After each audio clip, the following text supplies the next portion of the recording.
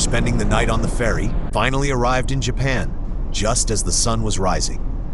The morning light painted the sky over Fukuoka's port in shades of gold and pink, a perfect welcome, as if Japan itself was saying, "Good morning, I hope you slept well, because from here on, everything moves fast."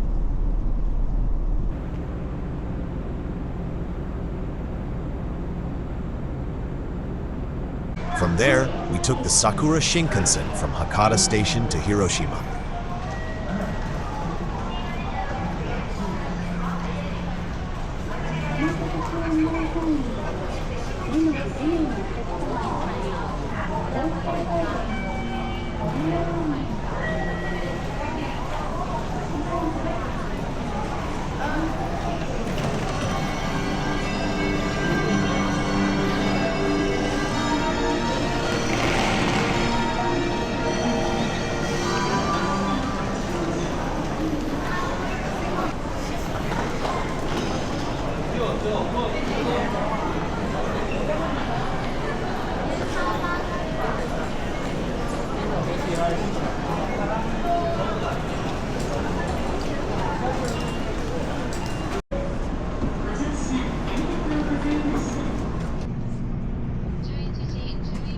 Sleek, fast, and quiet like a ninja of public transport.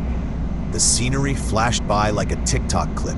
Peaceful villages, rice fields, and mountains that looked hand-painted. In less time than it takes to finish an onigiri, we had arrived in Hiroshima.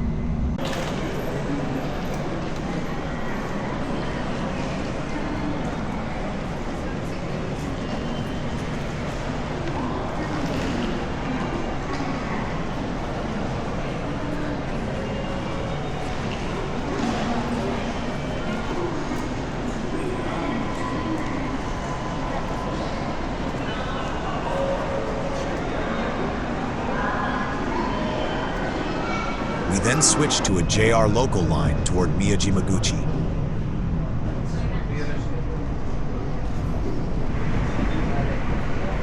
And because Japan loves efficiency more than we love our morning coffee, we hopped straight onto the JR ferry bound for Miyajima Island.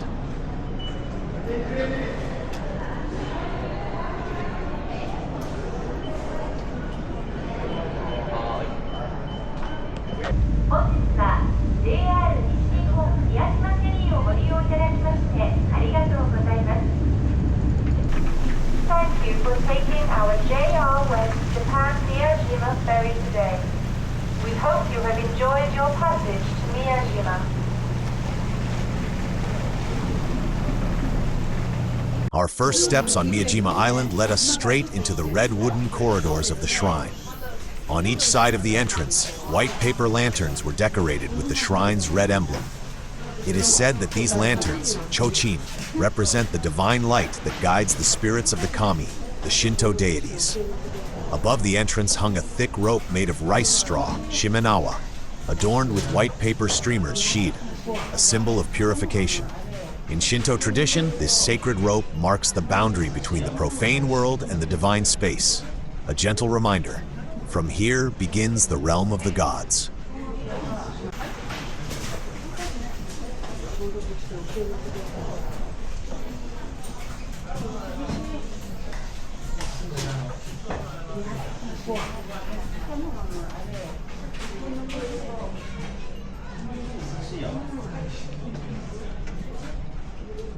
Before stepping deeper into the shrine, we noticed branches decorated with white paper streamers, called haregushi. These are used in Shinto for purification, a ritual meant to drive away impurities and negative energies.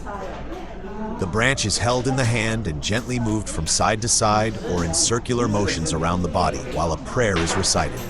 The movement symbolizes the dispelling of negative energies and the cleansing of both soul and body.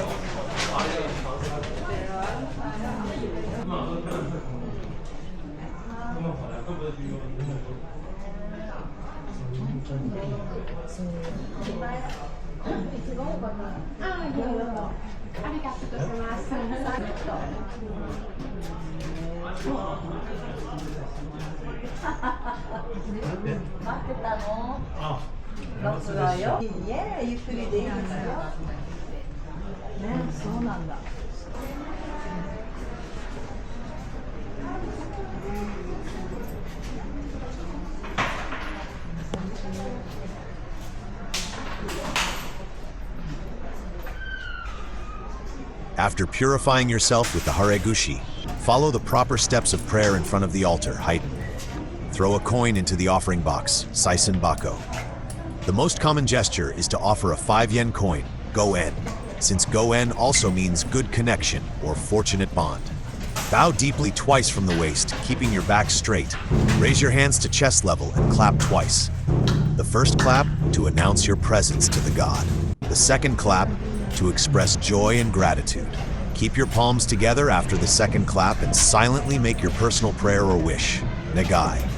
Once you have finished your prayer, make one final deep, respectful bow. After leaving Itsukushima Jinja behind, we leave the red corridors and head toward Daishoin Temple, located higher up at the foot of Mount Mizan. Along the way, the island's inevitable local celebrities appear, the Miyajima deer. They wander calmly among people, inspect backpacks, read restaurant menus, and if you're not careful, might even eat your ferry ticket. They carry a clear attitude of, "We were here first," and historically speaking, they truly were.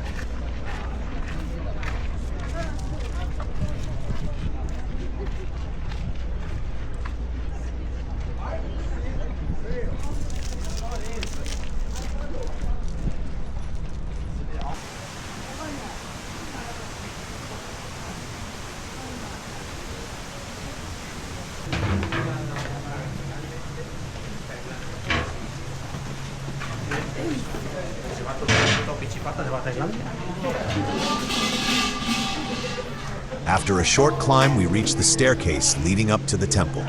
On each side, rows of metal prayer wheels are aligned. Tradition says that if you spin them all as you ascend, you cleanse your karma.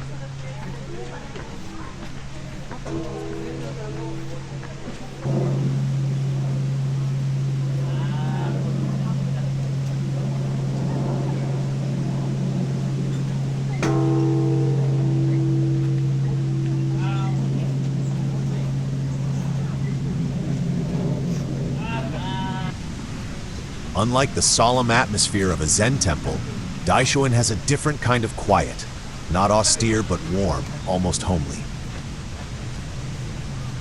Among the first figures to catch your attention is Jizo Bosatsu, the bodhisattva of infinite compassion, regarded as the savior of those who suffer. In Japanese Buddhism, Jizo is the protector of children and innocent souls. Right beside him, another emblematic figure draws the eye, Daruma Daishi, Bodhidharma, the Indian monk who founded the Zen school.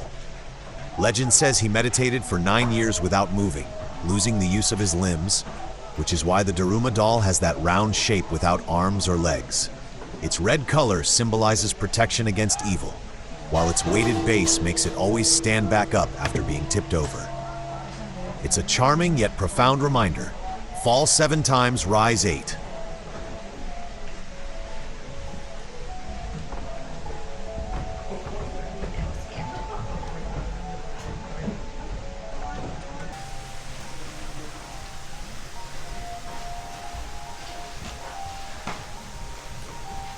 A bit further along, you encounter Binzuru Sonya, a disciple of the Buddha, venerated for his healing power. His statue is visibly polished, a sign that many visitors touch the part of the body where they feel pain, hoping for relief. It's impossible not to notice the shiny knees and shoulders, a gentle reminder that back and leg pain are universal, regardless of faith.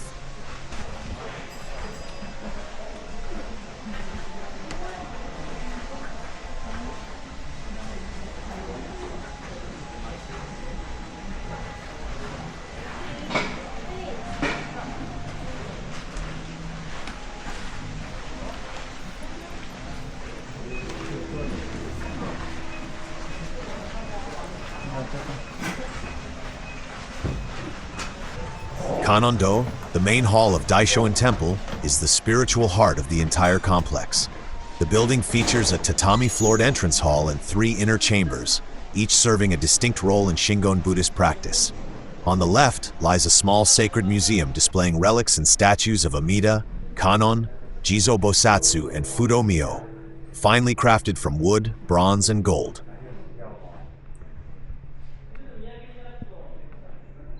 In front lies the large entrance hall, a spacious, covered veranda with tatami flooring and sliding shoji doors that filter the natural light. There are no bright lamps, only the soft daylight streaming through the wide windows. On the walls are displayed photographs, contemporary paintings, and explanatory panels about the temple's history. So the space also serves as an orientation area for visitors or a place for small ceremonies.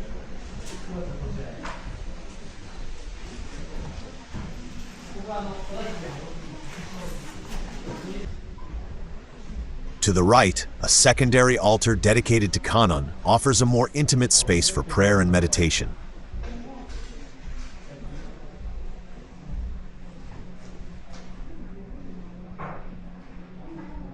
At the center is the main worship area, where a Taizokai mandala, womb world mandala, represents the cosmic compassion of Dainichi Nyorai.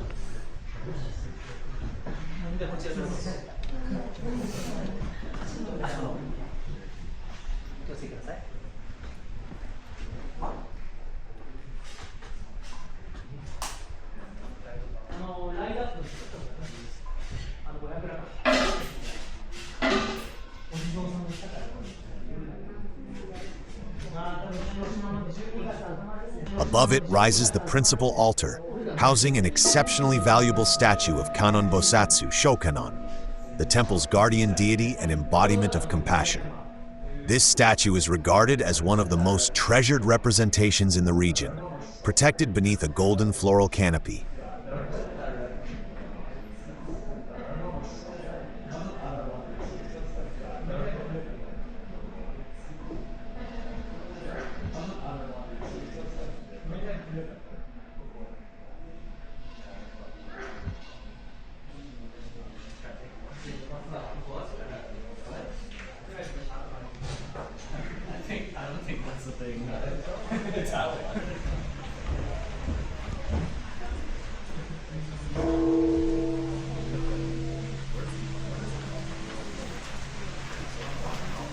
Here you'll also find an underground passage known as the Tunnel of the 88 Temples, or the Ryokan Hall Passage, an experience that combines profound spirituality with a healthy dose of total darkness.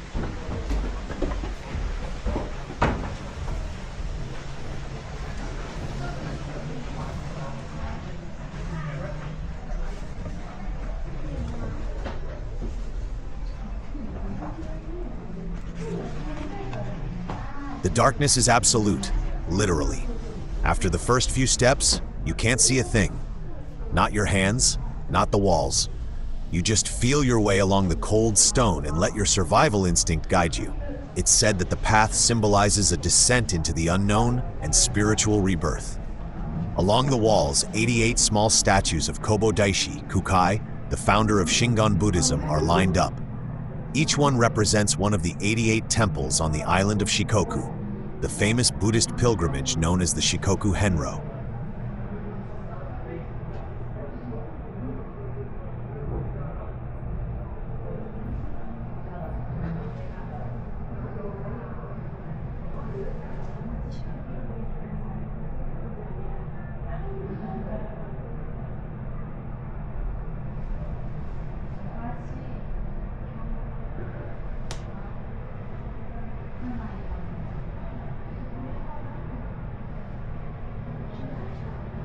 Tradition says that walking through this tunnel is spiritually equivalent to completing the entire pilgrimage, a compact form of enlightenment. Basically a Shikoku Express, 1,200 kilometers of devotion, reduced to a corridor of just a few meters and 0 blisters. Personally, I oscillated between, I'm having a revelation, and I just hope no one's in front of me or I'll step on their foot.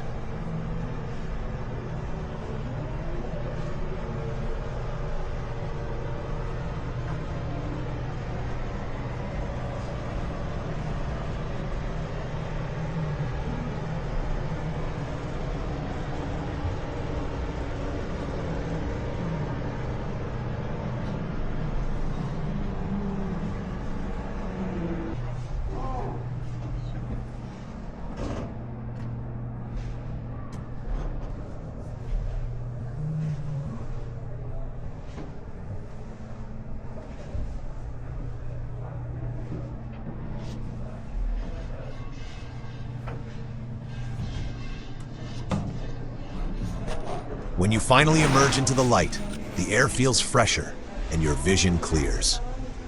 Maybe it's just the relief of not having gotten lost in the dark, but spiritually speaking, you could also call it a kind of fast-track enlightenment.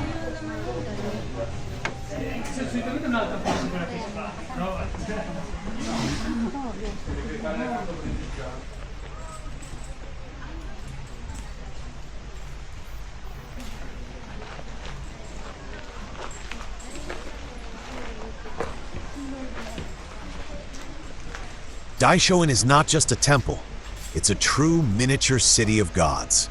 The complex stretches across several terraces, with stone stairways, covered corridors, and pathways lined with statues winding between the buildings. There are nearly 30 structures in total, from grand halls such as Kannon-do and Manaden, to small shrines tucked away in shaded corners. Each has its own spirit and its own scent of incense.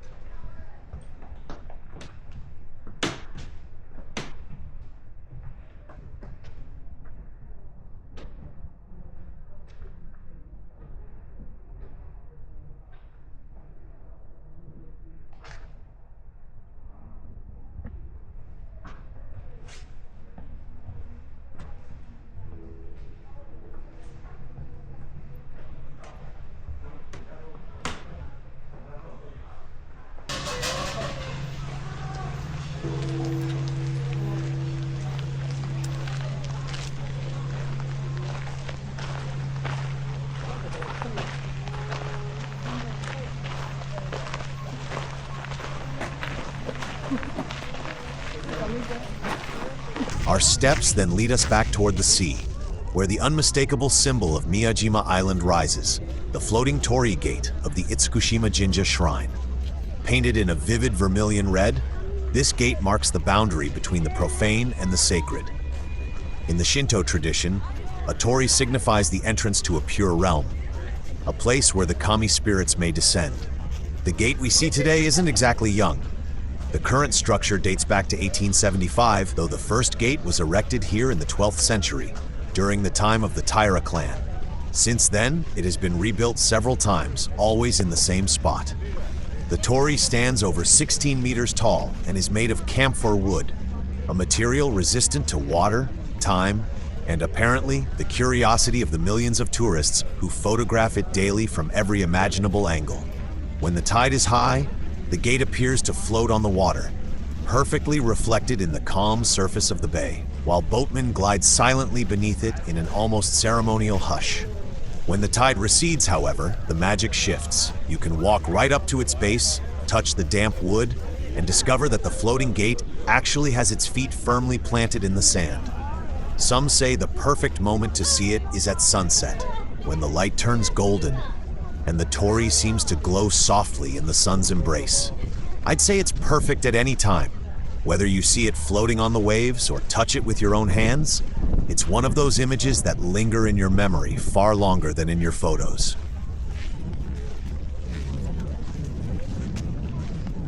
After a brief chat with a deer, we realize it's time to say goodbye to Miyajima. We take the ferry back to Hiroshima, leaving behind the island's calm and the quiet promise that we'll return someday. Life jackets are stored on each deck, along with... Arriving in Hiroshima, our first stop is the Peace Park, a space built as a living reminder of a tragic past, but also of the hope for reconstruction.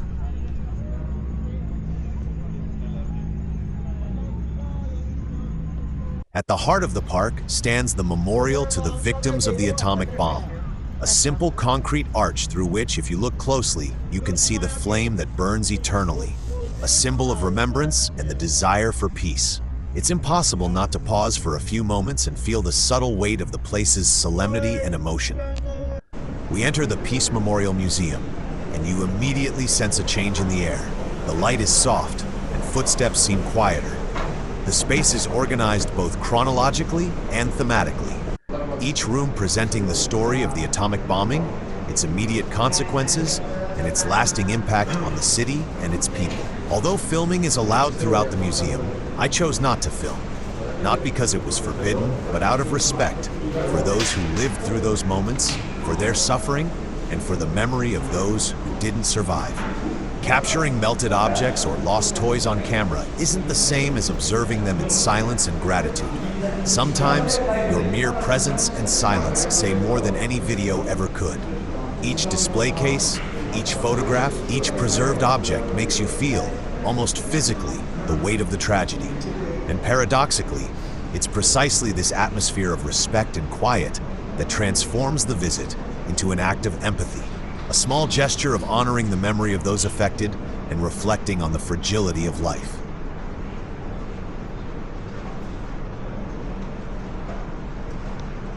Stepping out of the museum, we find ourselves once again in the open air, in the middle of Peace Park.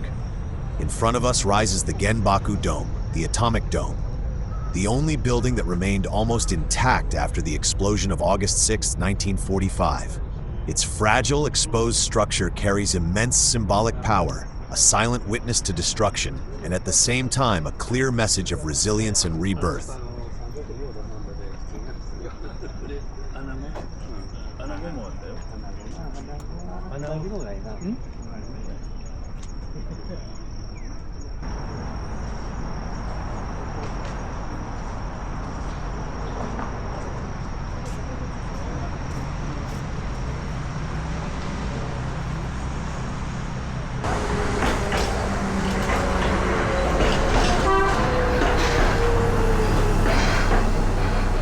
Later, on one of the city's sidewalks, we come across a street musician playing a cheerful song on his guitar, a rhythm that makes people stop and smile. His melody contrasts sharply with the solemnity of the places we've just visited. But that's precisely what makes it so fitting. A small reminder that life goes on. Watching the people humming along or tapping their feet to the beat, we feel that the city is not only a witness to tragedy, but also a place of renewal and everyday vitality. Even after everything that happened, people still laugh, sing, and live. And his song becomes a quiet yet powerful symbol of the simple truth that life moves forward. Just as we continue our journey, leaving Hiroshima behind and heading toward Osaka, a completely different city full of light, energy, and great food. But that's a story for the next episode.